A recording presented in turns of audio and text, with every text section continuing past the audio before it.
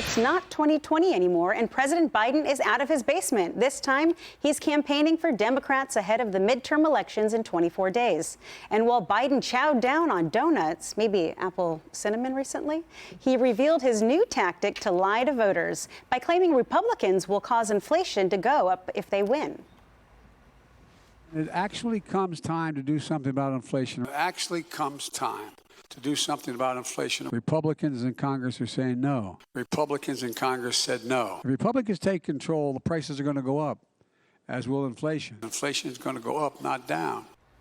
Well, Biden has been trying to spin the bad news about the economy for months, and now that inflation has hit at 8.2% in September, Biden is scrambling. Of course, he's not going to point out that inflation has surged since he first entered the White House and that wage increases haven't kept up.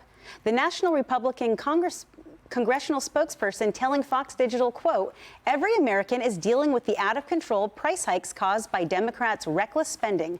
That's why poll after poll shows inflation is the #1 issue headed into the midterms." And tonight, the question is Biden campaigning for Democrat candidates helping sway Democrat voters? A new poll shows nearly a quarter of Democrat voters disapprove of Biden's performance as president. Well, Tyrus, according to President Biden, he says it's simple, that if Republicans win in the midterms, inflation and prices are going to go up. But things look pretty bad right now. As families are, going into the holiday season, they're traveling less, they're doing less social activities because they're needing to pay for their utilities. I want to point to you from the Energy Information Administration Winter Fuels Outlook. They show that the increases for natural gas, heating oil, electricity, and propane are all going to increase this winter. Americans are going to struggle. Yeah, well, let's start from the top. Yes, you're right. He is simple. After being simple, I love when he said when it actually comes time to fix inflation. What? So you haven't been? According to every time you've been doing all these things and giving yourself praises. So he hasn't actually even started yet. And the president is right. When Republicans take the House, inflation will be through the roof, and we will be in trouble because just because they get voted in 23 days, it's going to be quite some time before they get into office and then try to debacle all this mess. So he is 1,000% telling the truth, kinda. Well, you heard it here. Tyra says that President Biden is telling the truth. Charlie, but Americans are not fools, okay? So First of all, inflation is 6 times what it was 2 years ago. Right. I just heard you on Fox Business the other day saying that it's Biden's policies that has directly resulted in these prices that have gone up. Yet we hear President Biden saying, we can't let the Republicans win in the midterms because everything that I'm doing, January is the magic month. Yeah. It's all going to get fixed. How funny is that? Take a listen, and then I want to hear what you have to say after that. The reason why it's so important we win this off your election because a lot of what we've done doesn't kick in until January, so people don't even know it yet. What do you say, Charlie? That's like the biggest con in the world. It's bad enough that they're lying at every turn. It's bad enough, as you point out, Tyrus, they were completely denying that this even existed. But as it turns out, even independents and Democrats, they have to fill their cars with gasoline. They have to buy groceries for their families. They have to feed their families. And so the lies aren't working anymore. And then they come up with this absurd, and it's not like they really can't blame it on anybody else in terms of the political system because they control every lever of power in Washington. There is no other culprit there. But the most important thing to me that just sort of blows my mind is the fact that these are the results, direct results of their advertised policies about spending and about gas prices. And they want people to not be able to afford to fill their cars with gasoline because they think the internal combustion engine is going to end humanity.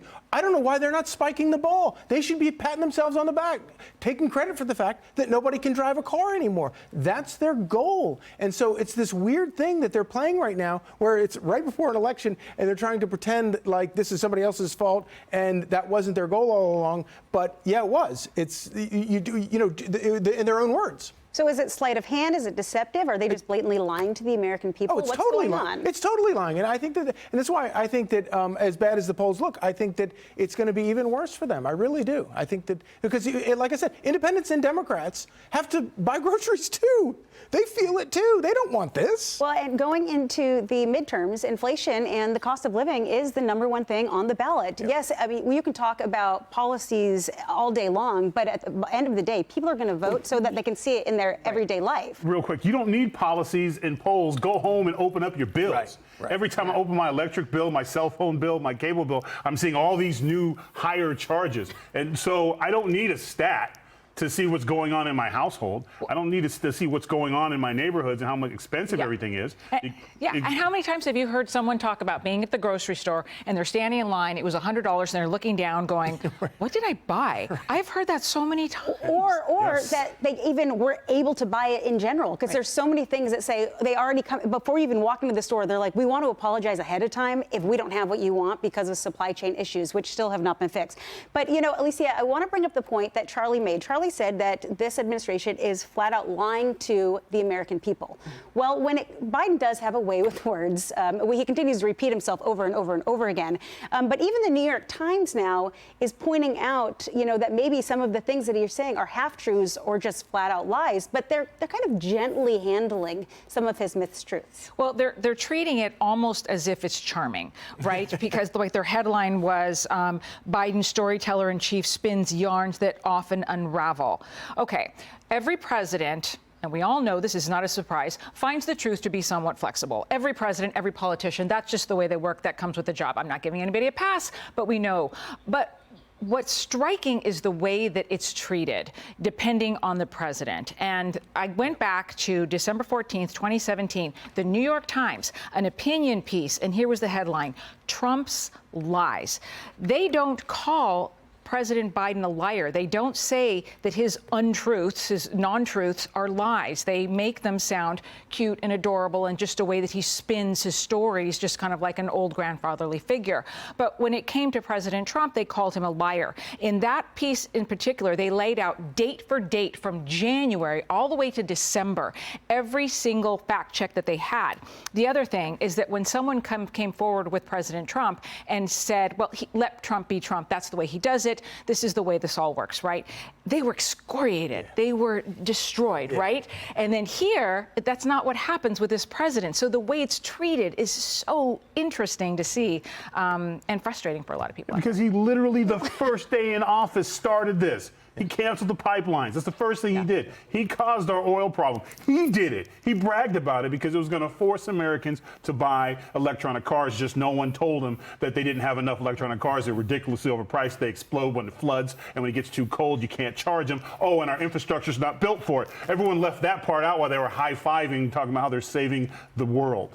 Well, and you're almost feeling a repeat again, because you just heard that conversation surrounding OPEC is based on midterm dates. Like we saw that with COVID. We said, oh, well, let's not change any of the reopening policies or anything until after elections. Like somehow politics have always invaded our everyday life, but somehow they have become so pervasive that people can't do anything without it circulating around midterm elections or just elections in general. Yeah, no, you know, going back to the point about the electric vehicles, that they're, you know, it is part of their stated policy to get people into electric vehicles. And when you look at the prices that are going to go up this winter, whether it's home heating oil, gas prices, whatever you use, across the board, they're double-digit increases. Well, they're also double-digit increases for electricity. So if everybody did have an electric car, you wouldn't be able to, you know, your electricity prices are going to go through the roof, and probably you wouldn't be able to charge the thing anyway. But this is where you have these people that are ideologues,